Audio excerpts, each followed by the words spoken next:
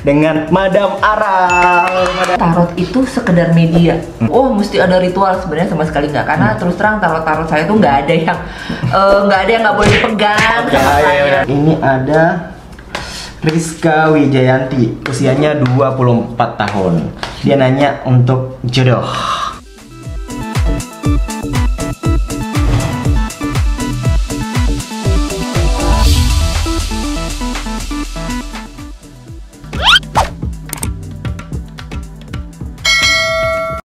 Ini ada Rizka Wijayanti, usianya 24 tahun.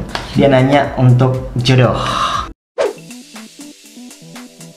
Sebelumnya saya bilang dulu, saya nggak pernah bilang kapan, saya nggak pernah bilang ketemunya di mana, fisiknya kayak gimana, tapi lebih ke kenapanya. Keluar lagi loh ini loh. Jadi gini, bahasa so far yang perlu agak diperbaiki adalah kadang mudah, saya sih nggak bilang mudah jatuh hati ya, tapi kadang gampang GR nih. Gampang GR, yang ada jadi gampang baper. Jadi kalau misalnya teman, maksud saya gini, usahakan untuk bisa lebih santai. Istilahnya berteman sama siapa aja gitu. Jadi nggak, aduh ini kok kayaknya gitu terus, gitu. Jadi di sini yang perlu diperhatiin adalah cari teman sebanyak-banyaknya dulu. Cari bergaul seluas-luasnya dulu. Jangan gampang, udah deh main ini aja. Nanti deket, udah main ini aja gitu. Jadi jangan mudah jangan mudah langsung terikat, oh ini aja deh gitu. Gue kayaknya nggak bisa kalau nggak sama ini. Padahal sebenarnya masih banyak option lain. Kamunya juga belum terlalu kenal sama orang itu. Jadi kalau di sini malah yang perlu diperhatiin adalah jangan mudah untuk jatuh hati, jangan gampang baper. Jadi gitu. Next mau baca, ini dia ada Faisal Hanes, usianya 34 tahun. Dia pengen dibaca untuk masalah keuangannya di tahun ini. Dia sih mintanya tahun ini sama tahun depan. Mending kita baca untuk tahun depan kali ya. Karena bentar lagi nih untuk tahun ini udah ya. Siapa namanya? Faisal Hanes. Keuangannya? Keuangan di tahun depan. Ini. Anda itu tipikal yang gigih, bener ya? Tipikal yang pantang menyerah, tipikal yang punya kemauan besar untuk ya istilahnya kayak berubah hidup. Nah, memang kondisinya kalau tahun ini nggak cuman Anda kok, hampir semuanya ngalamin nih gitu. Kalau ngomongin pasang surut lagi surut nih. Cuman tadi Anda sudah punya modalnya apa? Kegigihan, keuletan, pantang menyerah. Jadi usahakan itu tetap stabil, jangan down, jangan aduh ini kok gimana ya gitu. Karena saya melihatnya di sekitar Pak siapa tadi, Faisal ini banyak yang bergantung gitu loh. Jadi mungkin bisa jadi beliau punya usaha gitu ya. Mungkin posisi kantornya juga bagus kali ya. Di posisi, kalau misalnya bergabung dan di posisinya juga bagus. Jadi banyak yang ini gitu, yang bergantung sama beliau. Jadi tadi tetap jaga optimisme, tetap positive thinking. Tahun depan jauh lebih baik dibanding tahun ini untuk kondisi keuangan Anda. Jadi nggak usah terlalu khawatir dan nggak enak hati gitu istilahnya, karena beliau ini gampang ini gitu, gampang ini juga mikirin yang lain kan. Jadi tadi tetap jaga pikiran untuk tetap positif dan optimis aja Pak. Gitu. Namanya Siti Haprianti, usianya 23 tahun. Dia pengen dibaca tentang, dia tuh udah nikah 4 tahun katanya. Sampai sampai sekarang katanya tuh belum juga dikasih kepercayaan, atau mungkin omongan kali ya. Nah, dia bilang nih ada apa dengan saya, apa yang salah dengan hidup saya dan suami saya gitu. Dia mungkin agak lebih mempertanyakan itu kenapa sampai sekarang belum dapat omongan kali ya. Ini gitu. Gini Pak. Satu, usahakan terutama suami jangan terlalu kerjaan, bukan berarti nggak boleh, tapi jangan terlalu terforsir dengan kerjaan, supaya kondisinya tetap fit, fisiknya tetap kuat. Kedua, usahakan juga ini jangan terbebani. Maksudnya terbebani itu gini, saya ngelihatnya mereka berdua jadinya tidak santai, jadi lebih ke lagi subur apa enggak, enggak gitu. Jadi malah terbebani gitu. Jadi kalau bisa ya ngalir aja gitu, lakuin ngalir aja. Terus variasi juga perlu ya Mbak. Itu sih saya ngeliatnya, jangan ya variasi juga perlu gitu. Ini untuk 20 tahun ke atas kan ya. Ini 25 tahun ke atas. variasi juga perlu. Gitu sih. Sama tetap kalau saya memang lebih suka afirmasi ya. Masukan juga tidak ada salahnya Mbak sama suami paling juga itu lakukan afirmasi setiap hari. Maksudnya apa? Selain mengucapkan seolah-olah memang udah ada gitu dia, alhamdulillah kalau misalnya muslim gitu ya, aduh puji Tuhan gitu ya, aduh gini, akhirnya sudah punya anak kayak gitu. Ngomong aja karena bawah sadar itu nggak tahu itu realita atau ilusi.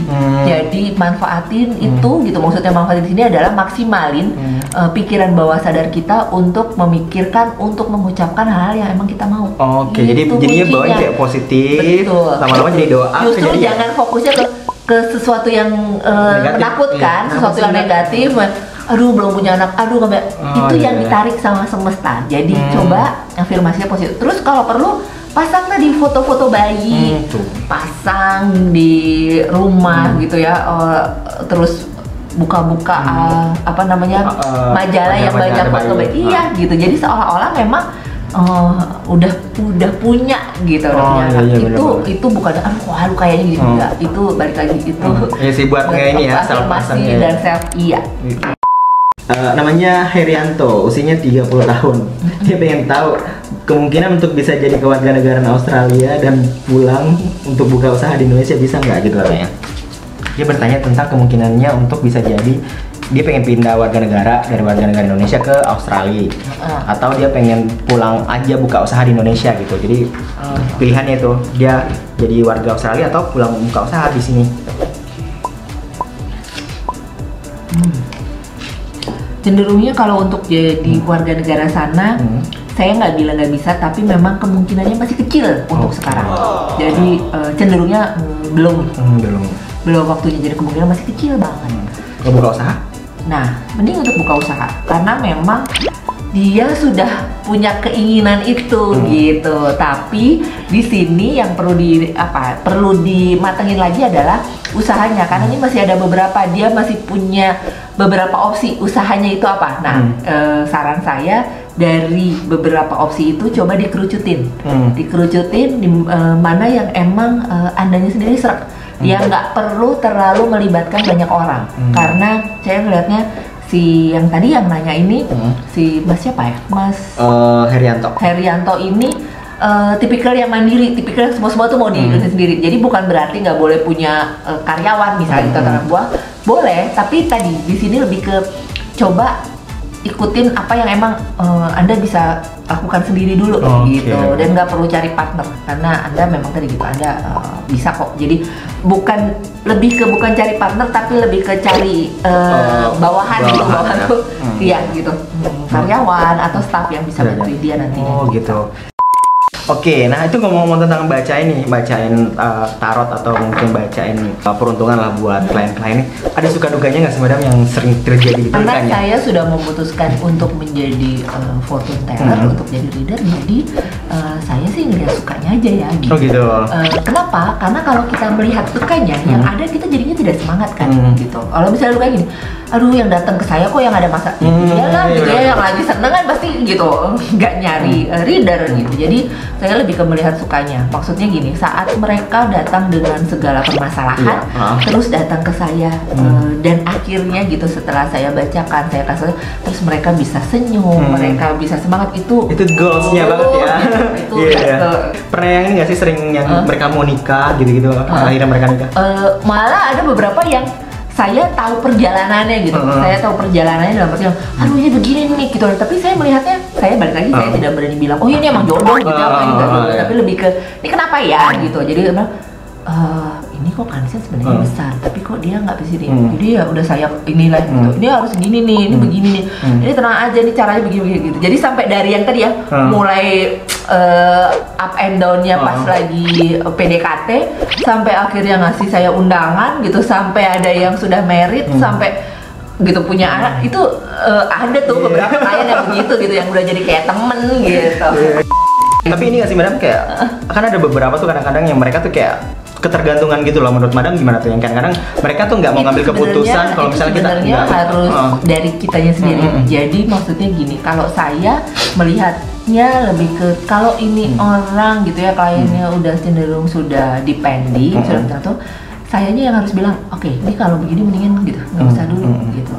Ada hal yang memang sebaiknya gitu, karena saya di awal selalu ngasih tahu saya bukan nentuin, saya cuma ngasih jalan, saya mengarahkan gitu.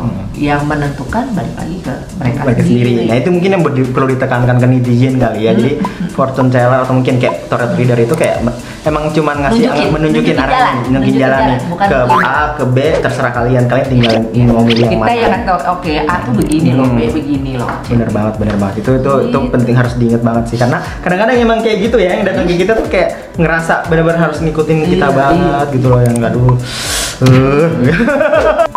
Kita aja sendiri yang mesti keren, bukan malah justru memanfaatkan kebingungan klien atau ketergantungan klien. Nah itu yang sebenarnya. Makanya kadang-kadang ada yang beberapa memang ketergantungan, terus kayak mereka yang nggak mau ngambil keputusan kalau kita nggak ngobrol sama kita dulu gitu. Itu biasanya saya cuekin sih. Oh gitu.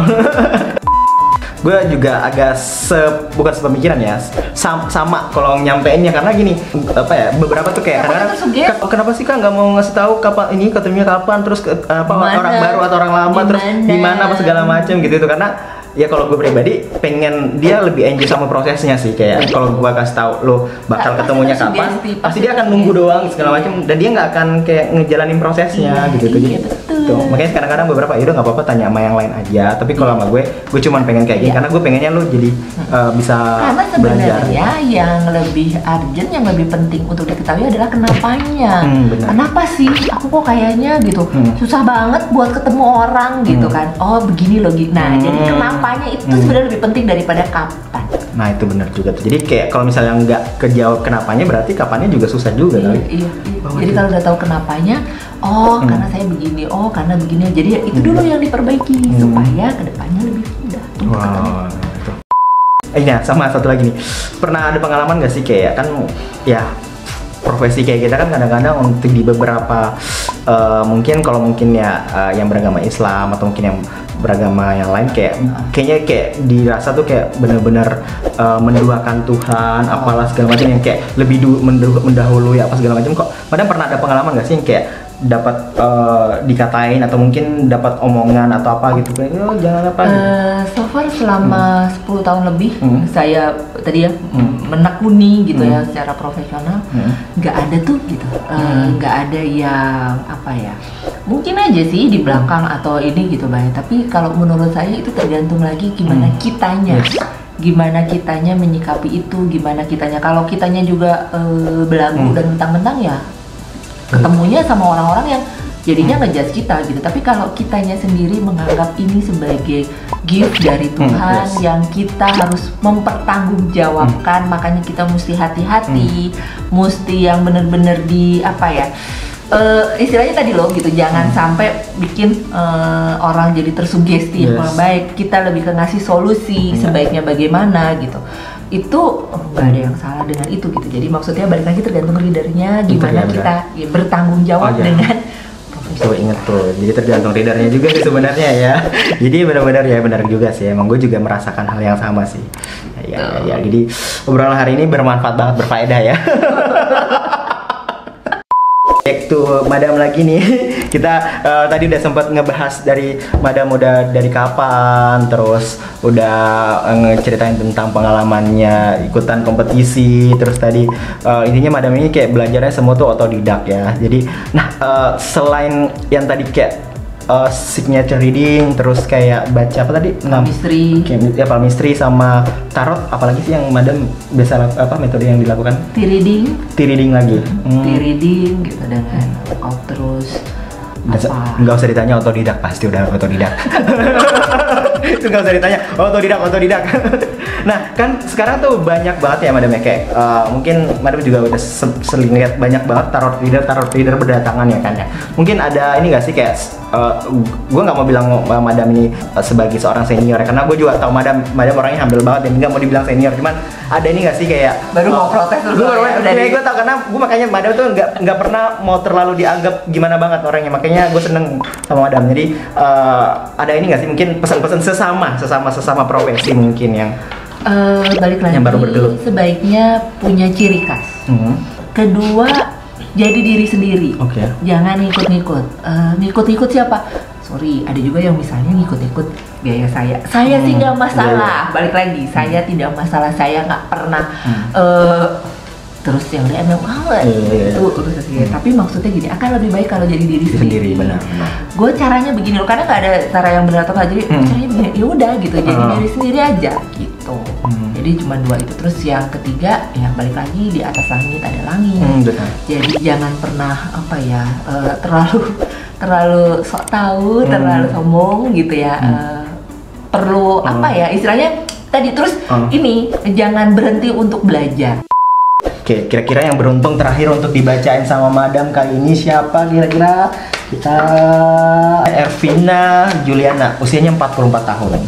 Oke, dia permasalahannya katanya dia pengen nanya tentang karir kedepannya karena dia baru aja mengundurkan diri dari tempat kerjanya dia. Apakah dia bisa dapat pekerjaan baru atau dia memulai usaha baru? Ervina Juliana, umurnya 44 tahun. Oke, ya memang kalau ngomong pekerjaan cenderungnya lagi stuck nih. Iya benar. Tapi nggak usah khawatir karena jam terbangnya Mbak Ervina ini udah cukup tinggi, gitu, udah banyak. Jadi di sini saya melihatnya jam terbang Mbak bisa dimanfaatkan untuk kerja kantoran di tempat lain, gitu ya, atas referensi orang atau referensi kenalan. Jadi jangan sungkan untuk ngobrol atau untuk tanya sama temennya gitu atau sama saudara, ada lowongan nggak gitu. Karena kemungkinan besar untuk dapatnya lagi memang dari relasi. Bukan berarti nggak boleh apply sendiri ya, tapi kemungkinan besarnya memang dapat dari kenalan gitu, ya. Dari kenalannya dia. Jadi itu jam terbangnya Mbak udah tinggi, jadi mesti lebih pede. Bukan berarti nggak boleh kerja sendiri, tapi saya ngelihatnya dia masih bisa untuk kerja kantor lagi. Lebih ke nyari ini sih yang stabil ya. Gitu. Jadi kalau untuk di usaha kayaknya agak belum ya, karena masih goyah banget juga sih kali. Oke, jadi itu untuk Ervina Juliana dan sekaligus menutup acara kita kali ini. Dan buat kalian mungkin yang belum beruntung untuk dibacain sama Madam Ara, subscribe aja. Subscribe aja YouTube-nya Madam Ara. Tinggalin komen, nanti bakal dibaca. Nanti kalau beruntung bakal jawab. Dan juga bisa follow di Instagramnya @madam.ara ya. Dan juga jangan lupa follow @tarotonline_id dan juga subscribe Tarot Online Indonesia. Jadi jangan lupa nih kalian, karena di Madam Ara ini punya konten-konten yang keren-keren juga. Ada zodiak, terus ada pick a card, terus ada Tarot on the Street. Banyak juga ya, padahal sendiri doang loh. Keren. Jadi kalian langsung kepoin aja, langsung lihat aja di YouTube-nya Madam Ara ya. Oke, kalau gitu gue mau ngucapin thank you banget buat Madam Ara udah mau mampir ke YouTube-nya Tarot Online Indonesia. Kita walaupun hari ini sebenarnya harusnya kita bertiga ya sama Windy, tapi Windy-nya lagi terjebak, nggak tahu ada di mana. Mungkin dia sedang di mana gitu mungkin ya. Pokoknya kita bakal nanti balik lagi dan mungkin mengundang tamu-tamu yang istimewa lagi di acara Maerot Online, malam-malaman Tarot Online. Dan kalau gitu gue Andi Syadam dan Madam Ara. See you and bye-bye. Bye-bye.